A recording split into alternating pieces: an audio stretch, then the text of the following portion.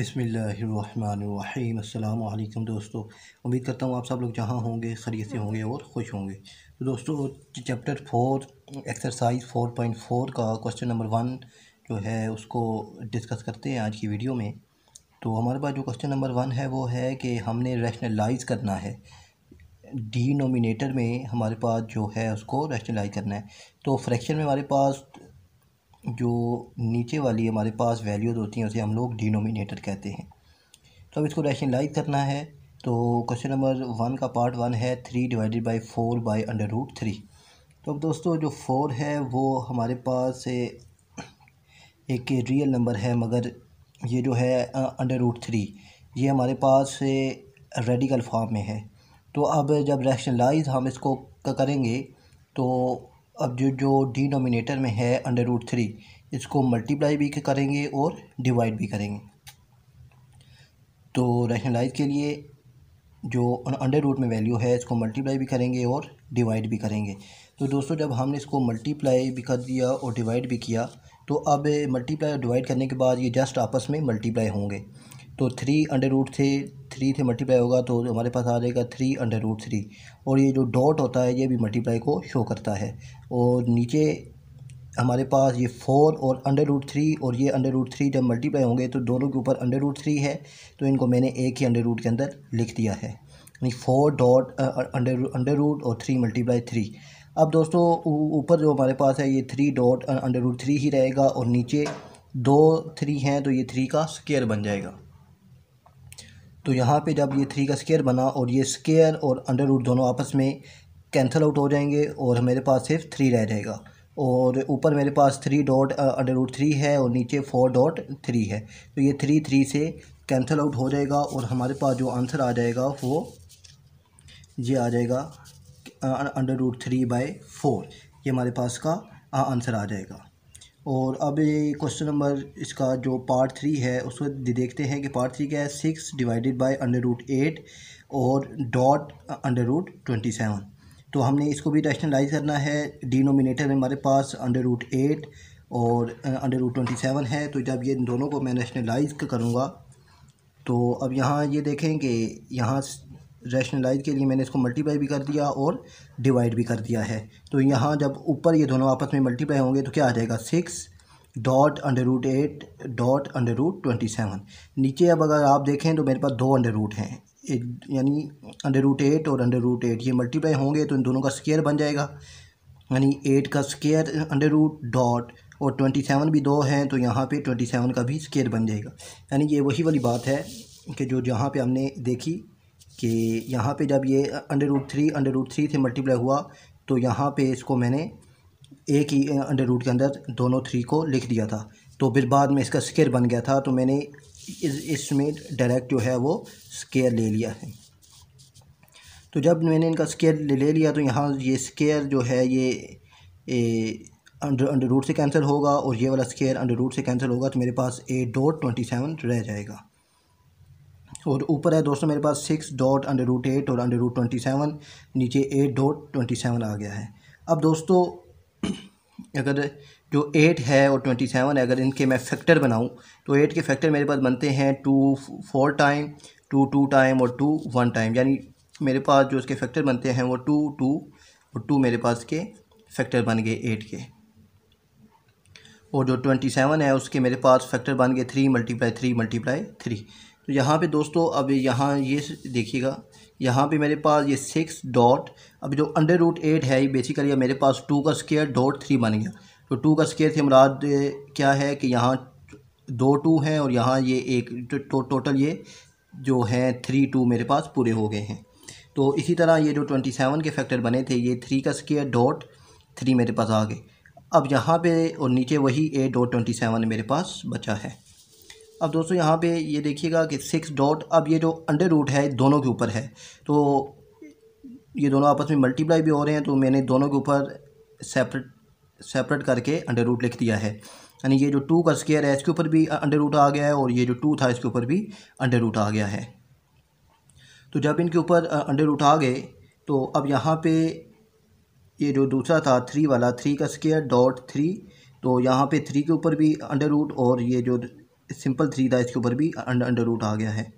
अब ये square under root से कैंसिल हो जाएगा, ये स्केयर अंडर रूट से कैंसिल आउट हो जाएगा। तो अब मेरे पास जो रिमेनिंग पार्ट बचेगा वो आपको अगर मैं दिखाऊं तो दोस्तों ये मेरे पास रिमेनिंग पार्ट बचेगा, यानी 6.2.3 मेरे पास बचा। और यहाँ पे दोस्तों इसमें अगर आप देखें, यहाँ पे देखें ये अंडर रूट 2 और ये अंडर रूट 3 मेरे पास बच गए थे, तो इन दोनों को मैंने एक ही अंडर रूट के अंदर लिख दिया है, यानी 2 × 3 एक ही अंडर रूट के अंदर हमारे पास आ गए। तो अब नीचे 8.27 आ गया।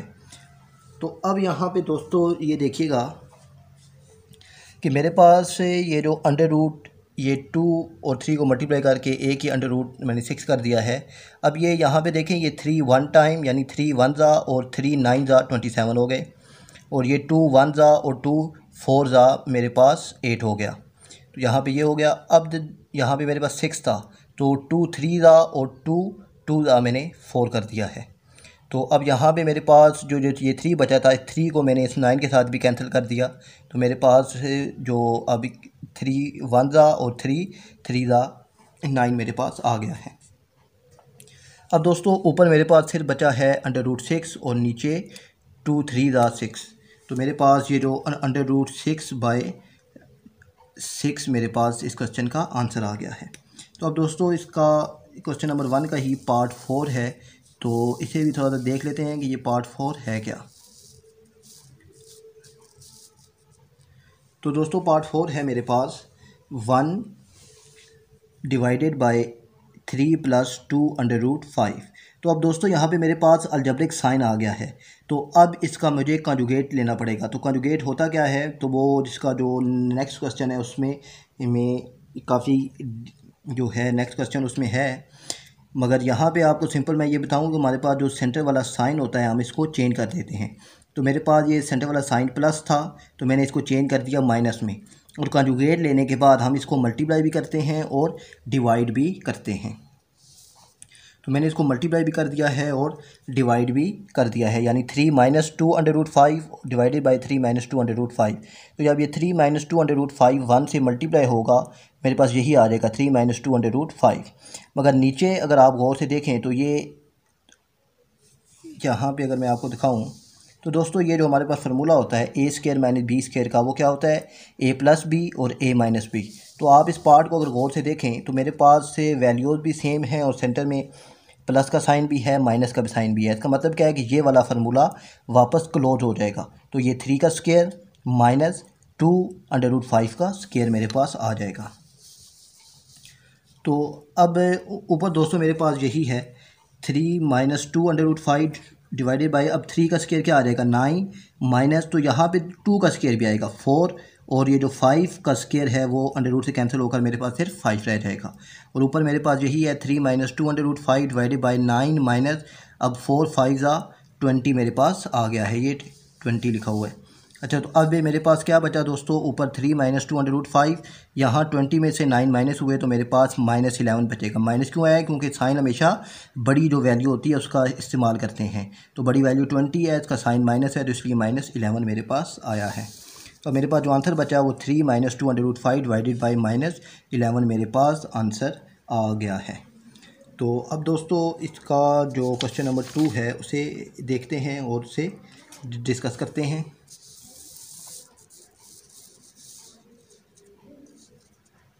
और दोस्तों मेरे पास जो क्वेश्चन नंबर 2 है वो ये है कि हमने इसका कंजुगेट फाइंड करना है। तो हमारे पास जो क्वेश्चन नंबर 2 का पार्ट 1 है वो 3 + अंडर रूट जो है वो y है। तो अब ये 3 - अंडर रूट, तो अब कंजुगेट क्या होता है कि हम इसकी यानी कंजुगेट लेने के लिए मैंने इसके ऊपर बार लगा दिया। अब बार का मतलब क्या होता है कि ये जो साइन है ये चेंज हो जाएगा। तो ये 3 + अंडर रूट y था, तो अब बार से इसका जो प्लस है ये माइनस में चेंज हो जाएगा, तो 3 - अंडर रूट y, तो ये इसका कंजुगेट आ गया है।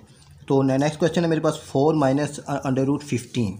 तो अब इसकी अगर फाइंड करें तो इसकी बार क्या आ जाएगी, तो माइनस है तो बार से इसका ये माइनस का साइन है ये प्लस में चेंज हो जाएगा, और यही इसका कंजुगेट है। तो अब ये जो क्वेश्चन नंबर 3 है उसे देखते हैं और समझने की कोशिश करते हैं। अब दोस्तों क्वेश्चन नंबर 3 में मुझे उसने x की वैल्यू दे दी कि x मेरे पास 2 - अंडर रूट 3 के इक्वल है। आप फाइंड आउट करो 1/x की वैल्यू क्या होगी।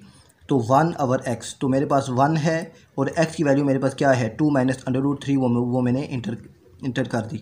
मगर अब ये मेरे पास डिनोमिनेटर में है तो मुझे इसको रैशनलाइज़ करना पड़ेगा।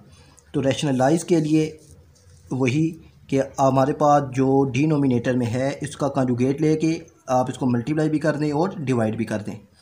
तो यहाँ दोस्तों ये है कि अब मैंने इसको मल्टीप्लाई भी किया है और डिवाइड भी कर दिया, यानी कंजुगेट माइनस था तो प्लस हो गया, तो प्लस यानी 2 प्लस √3 को मल्टीप्लाई भी किया है और डिवाइड भी किया है।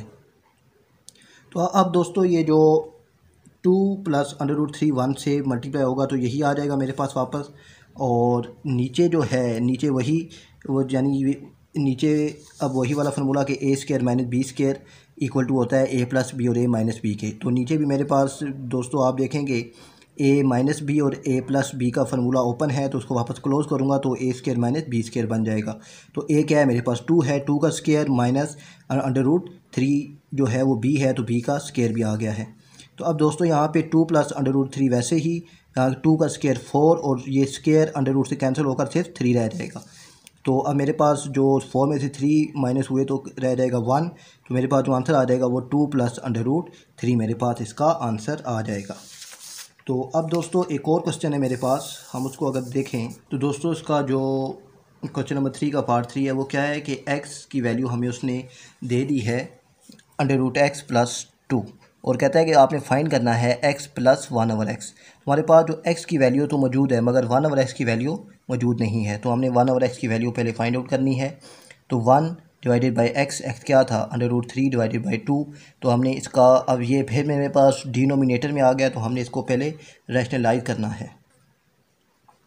तो अब इसको रैशनलाइज़ करने के लिए वही कि इसका कंजुगेट हमने फाइंड आउट करना है। तो कंजुगेट √3 प्लस 2 का आ जाएगा √3 माइनस 2, तो √3 माइनस 2 से मल्टीप्लाई भी किया और रैशनलाइज़ भी किया, क्योंकि कंजुगेट लेने के बाद हम इसको मल्टीप्लाई भी करते हैं और डिवाइड भी करते हैं और इसको रैशनलाइज़ कहते हैं। तो अब ये जब 1 से मल्टीप्लाई होगा √3 माइनस 2 तो वही आ जाएगा, मगर नीचे वही a² माइनस b² वाला फार्मूला क्लोज़ हो जाएगा। तो √3 का स्क्वायर माइनस जो है 2 का स्क्वायर मेरे पास आ जाएगा। अब यहाँ पे ये देखिए कि √3 माइनस 2 डिवाइडेड बाई ये, अब यहाँ पे ये स्क्वायर इस √ से कैंसिल आउट हो जाएगा और ये यहाँ 2 का स्क्वायर मेरे पास 4 आ जाएगा, तो यहाँ 4 आ गया है। तो यहाँ पे अब मेरे पास दोस्तों ये है कि 3 में से जब यानी 4 में से जब 3 माइनस होंगे तो मेरे पास रह जाएगा 1, और बड़ी वैल्यू का साइन है माइनस, तो मेरे पास रह जाएगा माइनस। अब ये जो माइनस नीचे बचा इसको मैंने शिफ्ट कर दिया ऊपर, तो ऊपर क्या आ गया मेरे पास माइनस, और ये √3 माइनस 2 वैसे ही आ गया है, और ये मेरे पास 1/x का आंसर है। अब मैंने x plus 1/x find out करना है, तो x की वैल्यू √3 प्लस 2, यहाँ पे प्लस था मगर जो 1/x की वैल्यू आई थी वो आई थी मेरे पास माइनस, तो वो ये प्लस माइनस माइनस हो गई, तो माइनस √3 माइनस 2, और उसको मैंने ब्रैकेट में लिखा है। ब्रैकेट में मैंने इसलिए लिखा है कि ये अगर बाहर माइनस हो तो अंदर साइन सारे चेंज हो जाते हैं। तो यहाँ √3 प्लस 2 माइनस, अब ये माइनस ने इस प्लस √3 को माइनस कर दिया है और इस माइनस 2 को प्लस कर दिया है। तो यहाँ पे अब ये प्लस √3 और माइनस √3 दोनों आपस में कैंसिल हो जाएंगे, और यहाँ पे ये +2 और ये +2 मेरे पास 4 आ जाएगा, और यही मेरे पास का आंसर है। तो दोस्तों ये थी हमारी आज की वीडियो, मिलते हैं नेक्स्ट वीडियो में, तब तक के लिए अल्लाह हाफिज़।